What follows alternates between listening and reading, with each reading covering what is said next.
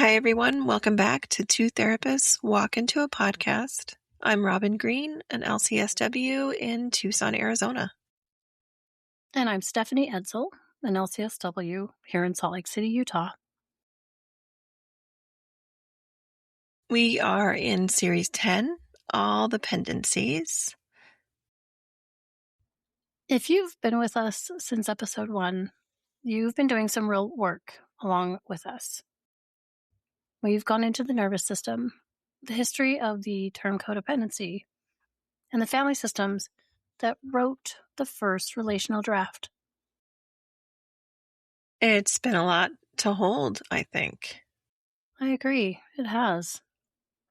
And I want to say before we get into today, I've been sitting with something. I kept thinking about all the people who are going to recognize themselves in this series, and I wanted to make sure that recognition felt like something other than a verdict.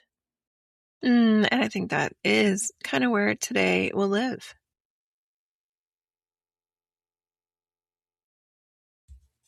And before we get into it, let's take a moment to arrive. Noticing wherever you are. If you're driving, maybe soften your grip on the wheel just a little. If you're sitting, feel the weight of yourself in that seat.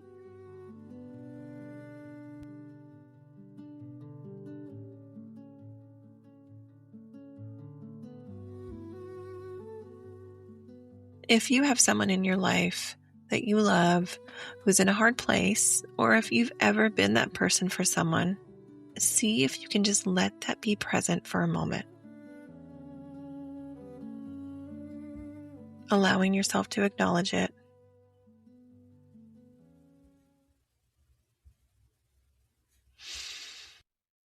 There's often a lot of feeling that lives around loving someone through something difficult.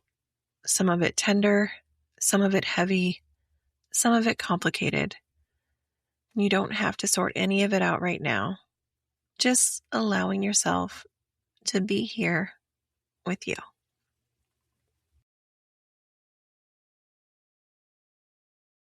If you feel comfortable, go ahead and take a breath, and let's get into it.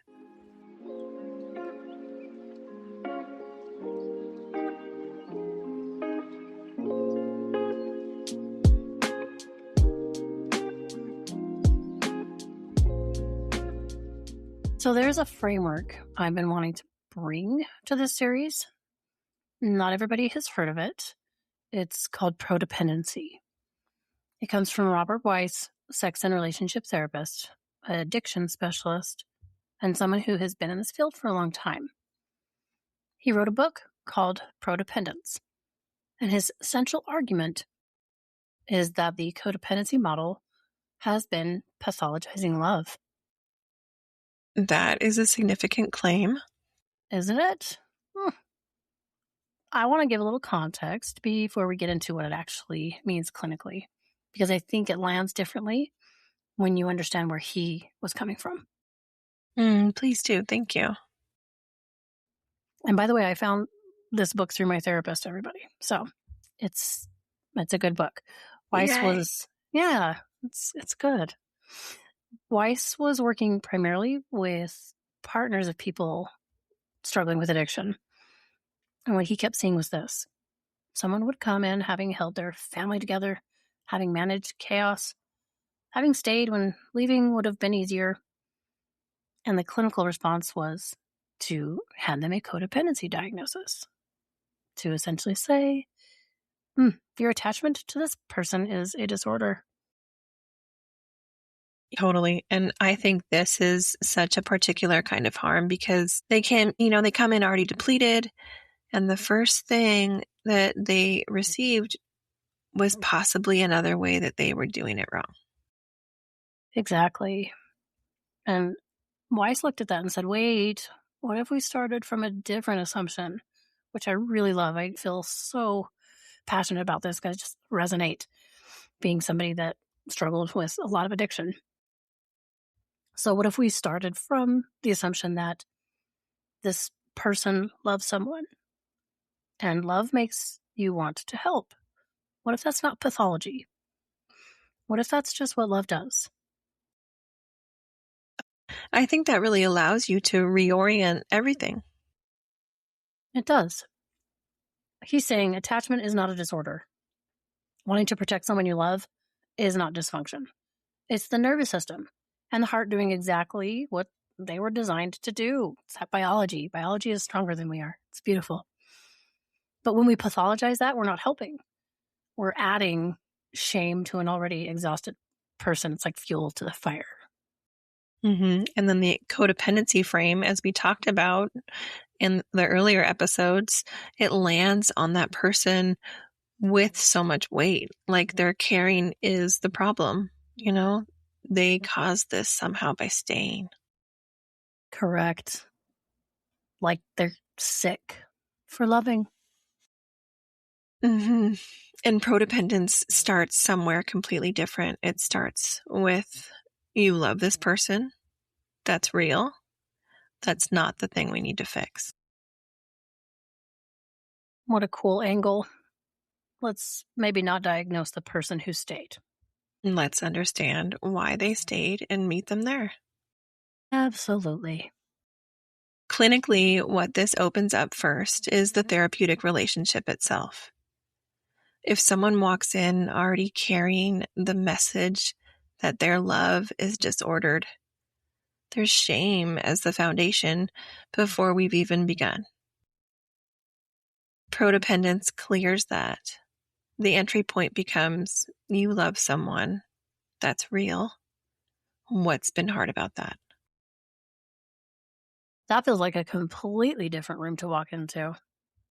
It is, and it's actually more accurate because most people who are deeply enmeshed in a relationship with someone in crisis aren't pathological. They're frightened, they're exhausted, they're doing the only things they know how to do. Things that made sense somewhere. We're right back to episode 1. These behaviors have roots. They are adaptive. Prodependence honors that without making it the end of the conversation. Ultimately, it makes space for a more honest look at what helping actually looks like. Not, your helping is the problem, but what kind of help is landing and what kind isn't, without the person feeling like they're being asked to stop loving, by the way.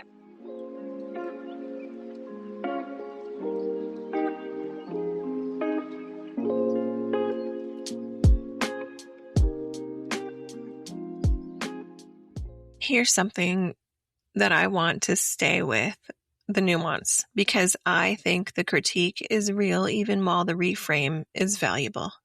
Let's hear it. Okay, so the codependency model, for all its problems, and we named a lot of them, it did something prodependence sometimes doesn't. It named the person's own experience as worth examining. It said, you have patterns, you have needs, you have a self that got organized around someone else's crisis, and that self deserves attention. The risk is swinging too far the other direction. Love is fine. Keep going. That's exactly the risk. If the whole frame is you love someone and that's beautiful, we can then accidentally bypass the question of what about you? What's happening inside you? What did you set down in order to keep carrying this? I think that question gets harder to ask when we've already said your love isn't the problem. Right?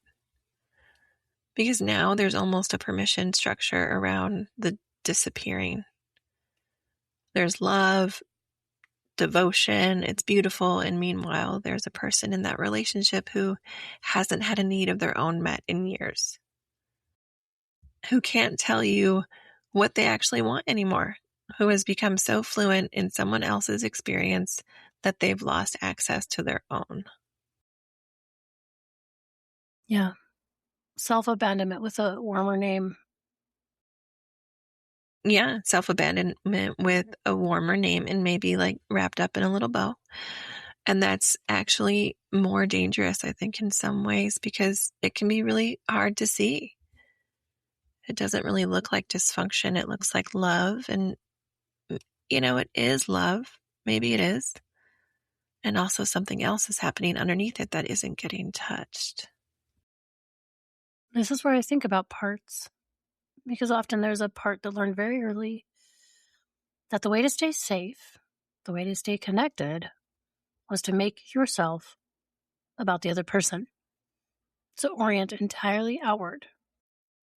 And that part is incredibly loyal. It's been working so hard. Mm-hmm. And it doesn't really need to be confronted. I think it needs to be understood, as we've been saying. Right? Which is what prodependence nails, the compassion, right? But the work still has to turn toward that part at some point and ask, what do you need? What have you been protecting? And what would it mean to come back? It doesn't replace the inquiry. It changes the tone of it. Think of it as a better doorway. Mm-hmm. Maybe a more humane entry point, but the work still has to include that person's own interior, like what they've been carrying, what it's cost them, like we've said, that self that's been waiting underneath, all of that. Exhausted, devoted, loving. Start with compassion. And don't stop at compassion.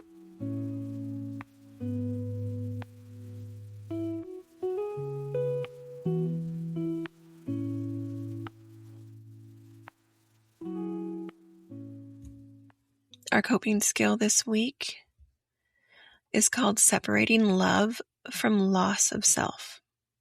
It's a reflection practice, something to sit with, and definitely not something for a crisis moment. Yes, please don't wait for crises to practice these tools, friends. They won't work the same. You won't like it. So tell us, what does that look like, please, Robin? 2 columns. So first column, what do I do in this relationship because I genuinely want to? What feels like love in action for me? Okay. And the second? The second is, what do I do because I'm afraid of what happens if I don't? Well, I mean, those can look identical from the outside, wouldn't you say? Mm-hmm. Yeah, really completely identical. Same behaviors, very different origins. And very different needs. Very. And honestly, let's not judge what's in either column. It's just about knowing which is which. And that's the whole practice. Exactly. Remember, sometimes just naming it is the thing. Sometimes just naming it is everything.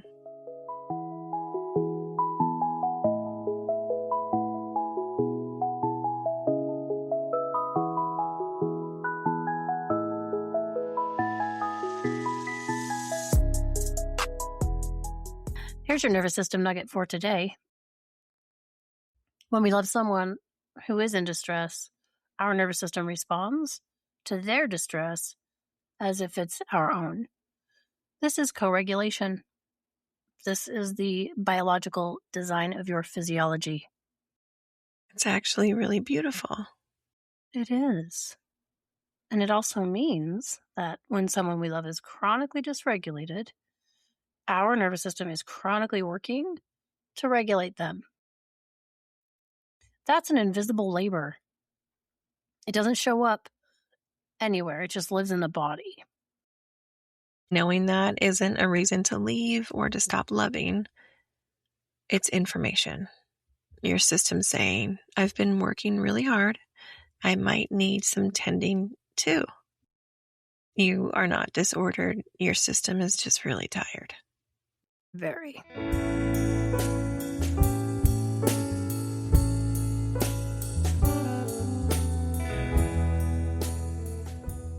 Okay, so here we are at our reflection question for the week. First, when you hear the word codependent, what does that word carry for you? Has it ever been used to describe you? or someone you love? What did it feel like to receive it? That's a good one. Second, is there a relationship in your life, past or present, where love and fear got tangled up together? What did that feel like from the inside? That's nice too. And let's follow up with the third. If someone told you that loving someone through a hard place wasn't a disorder, but a deeply human response, what comes up? Relief? Is there a pushback? Maybe something harder to name or even notice? Next week, we are zooming out the cultural water we've all been swimming in. What Western individualism does to our understanding of needing people, who gets pathologized and why, and what healthy dependency actually looks like when the noise quiets. That was very elegantly put. I'm pretty excited to talk about that. And remember, healing isn't linear, and we're here for the ride.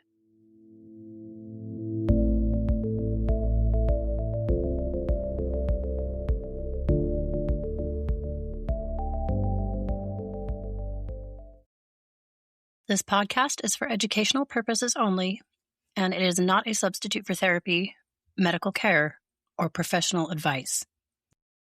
Listening to this podcast or this episode does not create a therapeutic, clinical, or professional relationship with us. If you're experiencing distress, physical symptoms, or emotional concerns that feel overwhelming, we both encourage you to seek support from a qualified healthcare or mental health professional. And if you are in immediate danger or need urgent support, please contact local emergency services or a crisis line in your area.